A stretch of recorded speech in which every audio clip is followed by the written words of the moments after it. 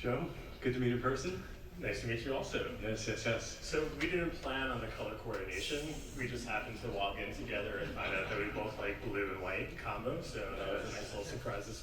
So it's a strong start to the day today for us. I'll do a quick intro on myself very briefly, and then I'll give Joe some space to introduce himself and the Defender Service Awards. I'm honored to be here with you to give you the space to kind of talk through this because I really love the initiative.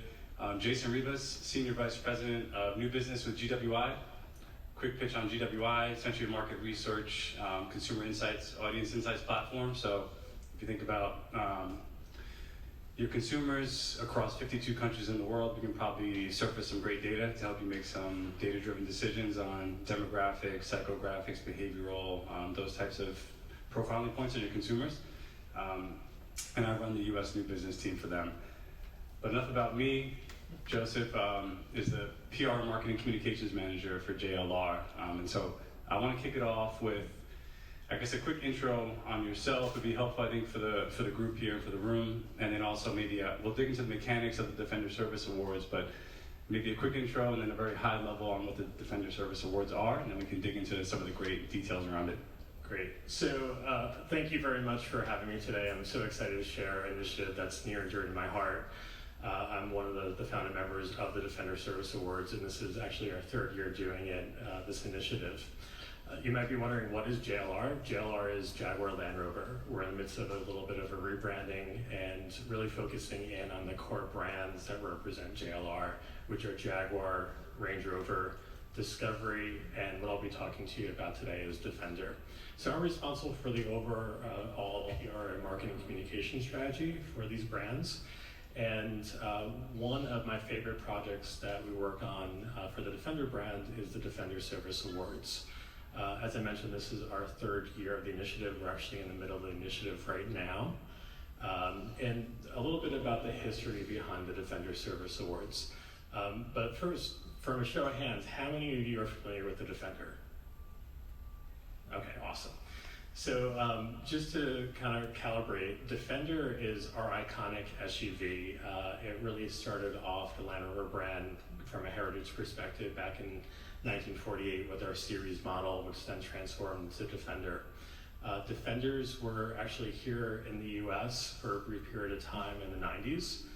Right now they are a super hot collectible on the market, and we reintroduced the brand back in 2020 with the all-new Defender. It's an icon, it's fully capable, and it has a really rich history. And that history delves back into helping organizations across the globe on their missions of service, using a capable vehicle that could go anywhere. And when we reintroduced the Defender back in 2020 to the US market, we picked up on this sentiment of heroism, and positioning the Defender brand in this area was perfectly, unfortunately, aligned with the pandemic. So from a brand perspective, we received tons of requests. Hey, can we get some vehicles? We're trying to do X, Y, or Z. It'd be great if you could share with us your cars. Unfortunately, that wasn't necessarily the way that we wanted to develop the brand and how we wanted to position ourselves. And the team was so inspired by all of these small little communities getting together and working to serve their small footprint that we thought an initiative that really celebrated the small nonprofits throughout the US would be a great way to honor them with a brand new Defender. So when we started the program, it was super simple. We had 7 different categories, and the categories reflected sort of a territory that would eventually need a vehicle to enable them to serve their communities better. And they range from, say, emergency services, fire and rescue, animal welfare. So there's a whole spectrum, but at its core, they needed a car to do their mission. So we didn't know what to expect. We kicked off the program very organically via our own channels, social, CRM, And then we also had a grassroots initiative with our dealer body. So there are dealers across the US, and they were able to nominate and inform their local charities that were in their areas about the service awards. Hey, submit a 3-minute video, this is what you need to talk about. And all of a sudden, we kick the program off, there's no videos. We're like, uh-oh, what's going on? Well, it turns out that people like to wait until the last minute. And it was amazing to see that momentum within the last week. We received just a really incredible amount of videos that we needed to review and eventually whittle down to our semifinalists. So from there, what we do is we have an internal judging panel. We have sponsors that also join us, and we were able to whittle down our 10 semifinalists down to 5. And at that point, it goes up for a public vote. So we take all the pressure off of us, and what this enables is these charities to actually amplify their narrative within their communities and leverage them being a finalist of the Defender Service Awards to their advantage to connect with their community further and generate votes and build awareness for their organization. And it was just amazing to see how some of our winners for that year really got the vote out. They were able to connect with local media. It's heartwarming to see on the local news in some of these small towns just the coverage that they received about them just being a finalist and to try to get the vote out. And then from there, because we're again in the middle of the pandemic, we did a virtual award ceremony.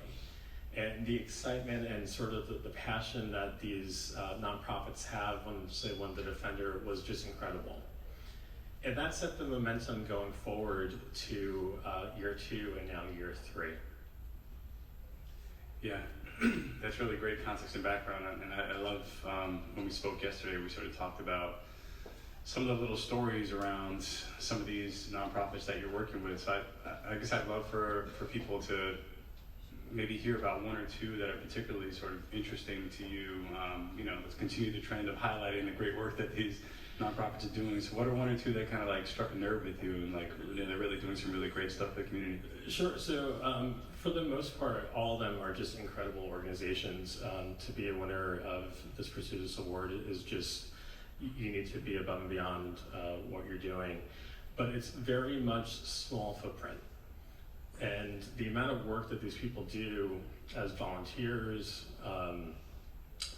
actually they may have full-time jobs and they do this on the side, is just incredible. And that's something that's really heartwarming to all of us on the team. Some of my favorite organizations, one in particular last year was the winners. We have a veterans category. So first year we noticed a lot of submissions from different veterans organizations. And every year we learn, we refine, and we decided for year 2 to add a veterans category. And the winner for the veterans category last year was Patriot Service Dogs, and they're based in Orlando. First, when we announced the winner, we had a ceremony last year because we could now have winner ceremonies. And the gentleman was sent by the Patriot Service Dogs founders to accept the award. And he was actually a veteran. He brought his dog Milo up on stage, and the entire audience was in tears within 5 minutes. So it was just such an incredible moment because he shared how these dogs basically saved his life. And it's such heartwarming to understand that you have a little part of this. But what was more interesting about this organization is they actually not only serve veterans, but they also work with the women's prison down in Florida, in the Orlando area. And they actually have the female prisoners train the dogs.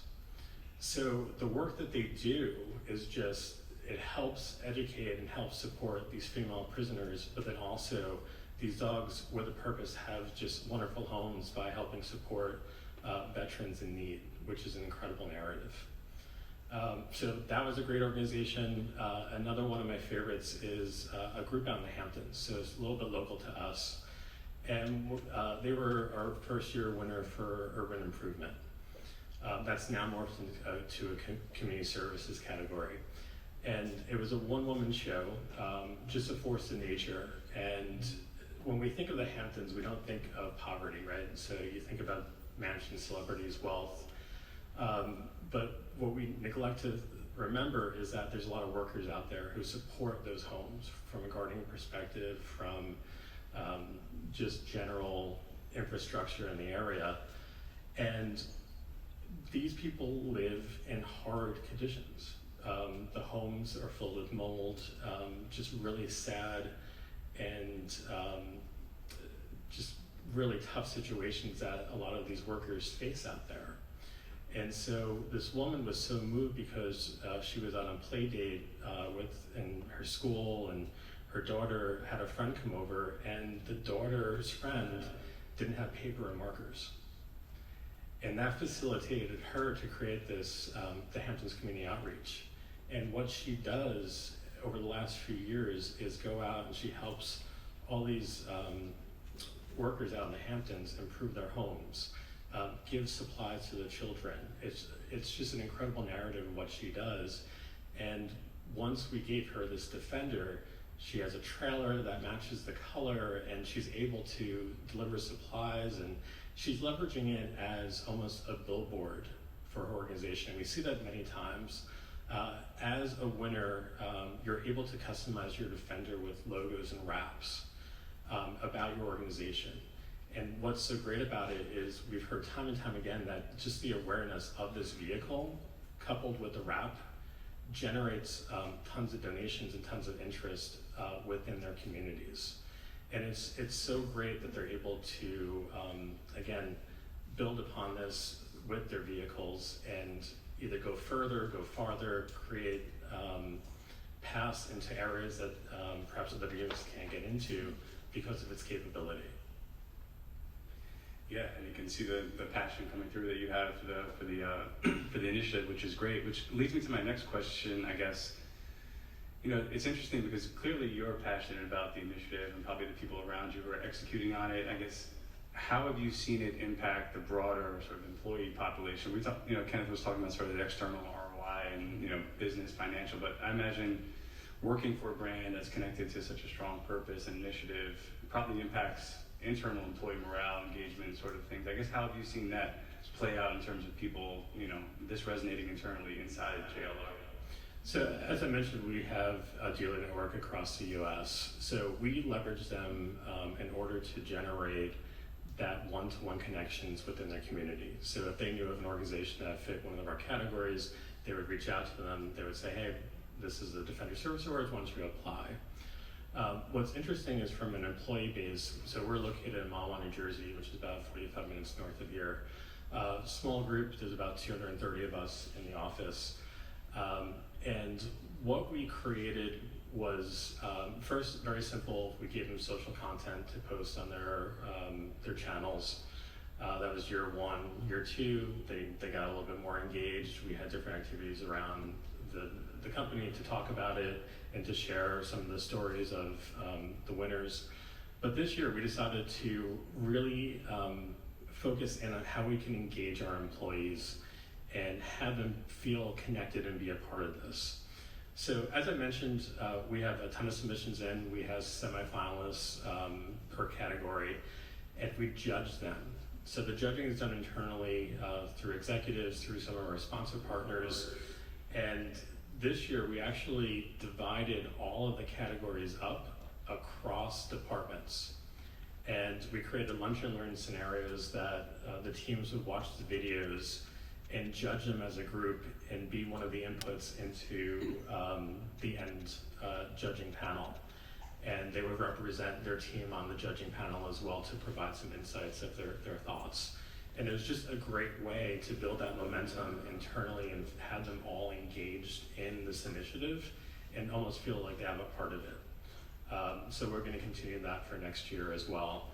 It's amazing walking through the halls like, hey, how come so-and-so didn't get into the finals? Or I'm so glad this organization was in there because we all loved what they did. And it just creates that momentum as a JLR group that we're all passionate and excited about this year's Defender Service Awards. Yeah, it's great. It sounds like it really permeates the entire organization, which is obviously really powerful. thinking about it externally, I know we had talked about your guys' partnerships strategy, and so some of the partners you're bringing in, and the media partners and the sponsors you're bringing in. Maybe I think it'd be interesting for people to hear about the execution of that and how that's helped you kind of amplify the message, leveraging partners and the media to kind of get the word out here. That'd be interesting to talk about for a bit.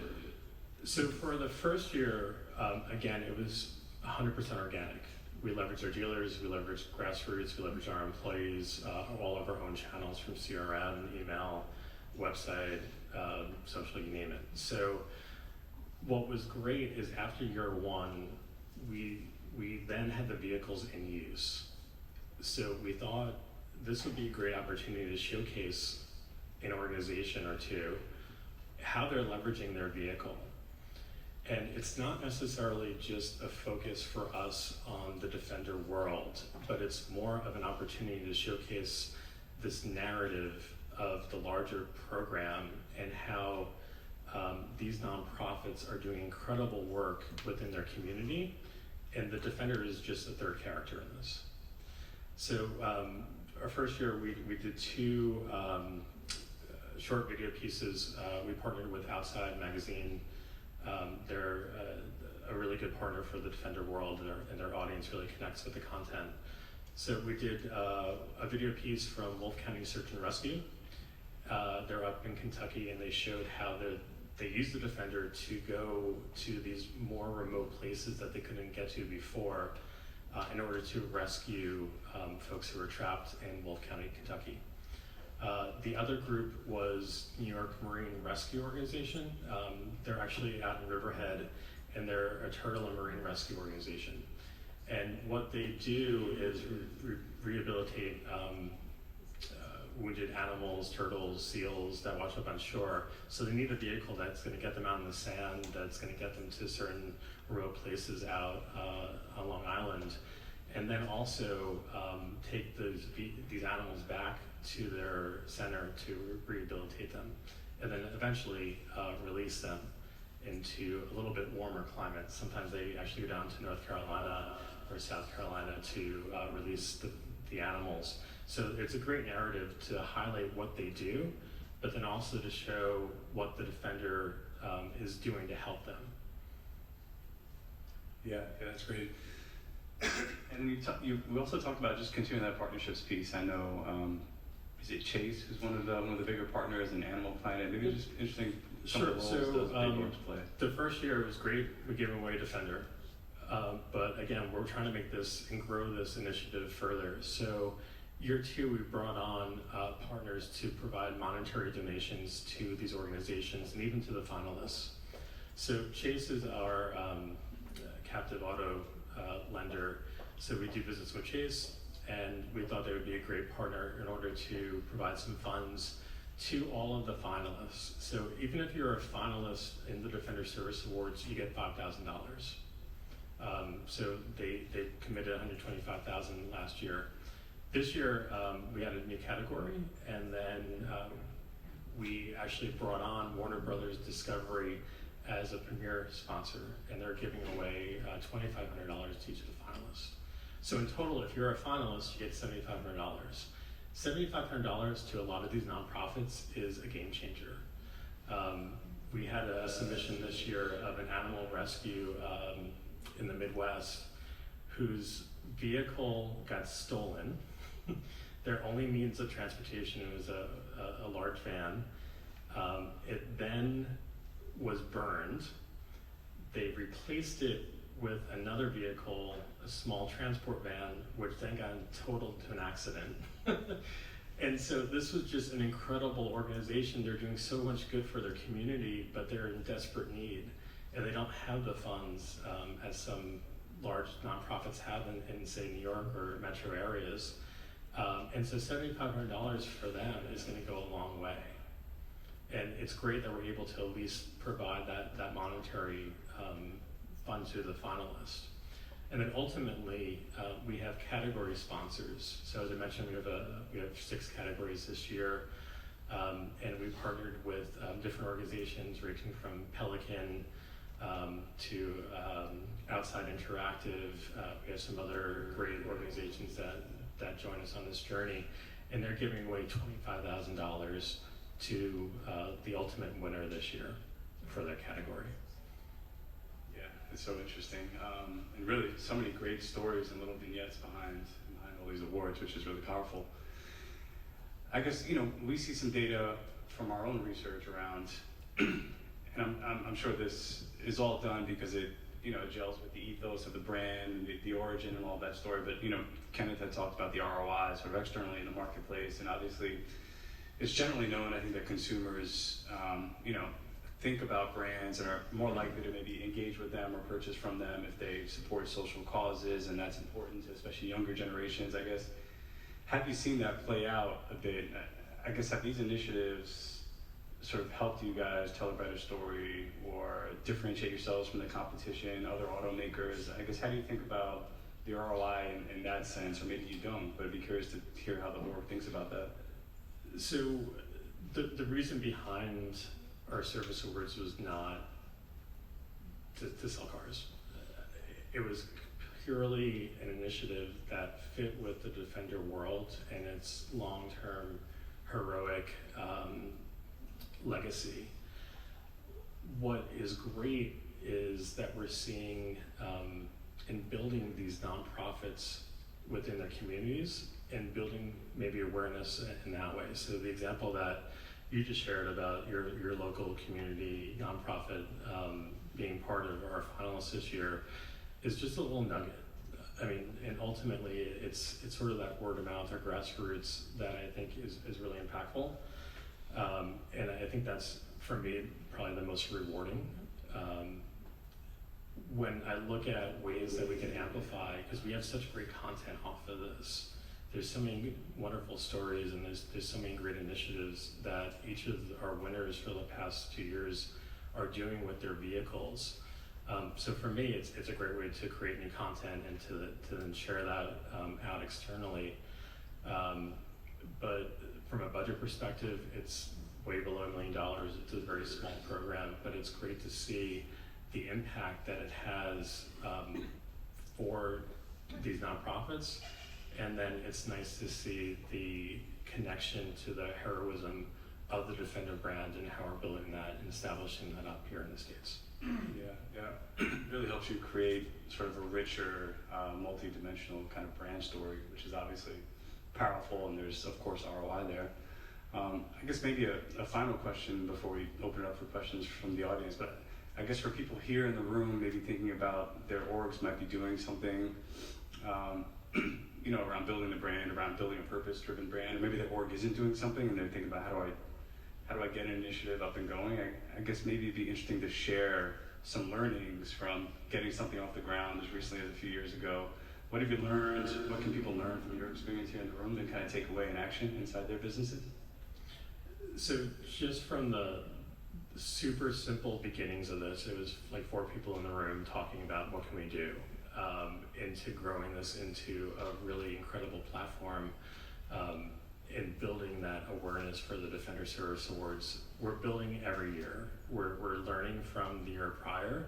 So examples, we'll fine tune categories. We'll see that maybe one category does better than another, and then we'll morph it. We'll see if there's any sort of nonprofits that there's a theme behind it, and then we'll resonate into a new category.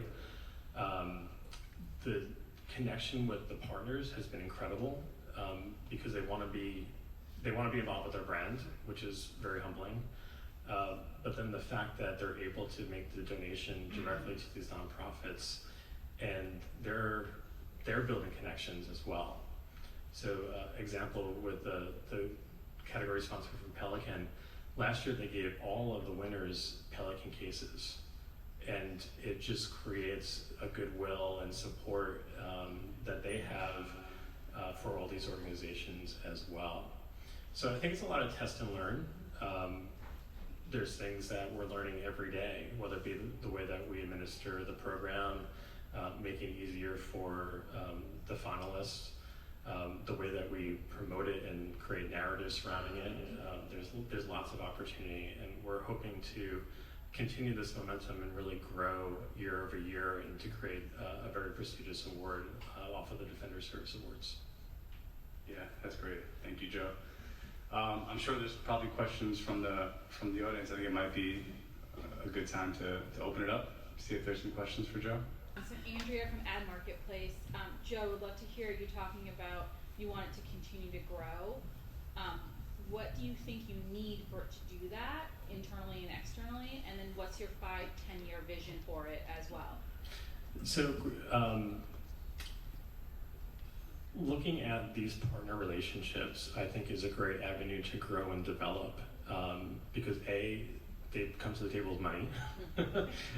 they're great brands that we're connecting with, and there's ways to create this momentum that we're brand shaping and we're developing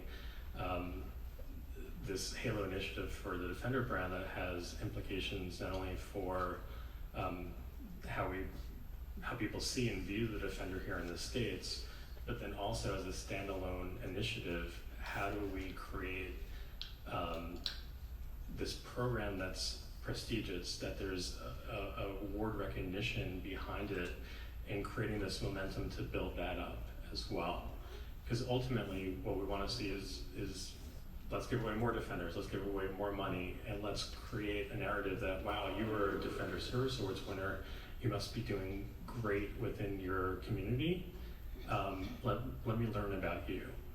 And I think that's the one thing that all of us are so proud of, is through different press releases that we're doing, through announcements, through our paid activities, we're really shining a light on these nonprofits and what they do. So as I mentioned, all of the paid activities that we've had are all around a nonprofit doing good in their community. And it's about them. The Defender is sort of this character in it, but it's really about their mission. And we're so excited to see when they get press and they get awareness and they get donations in order to support their mission. And that's what's super humbling for us.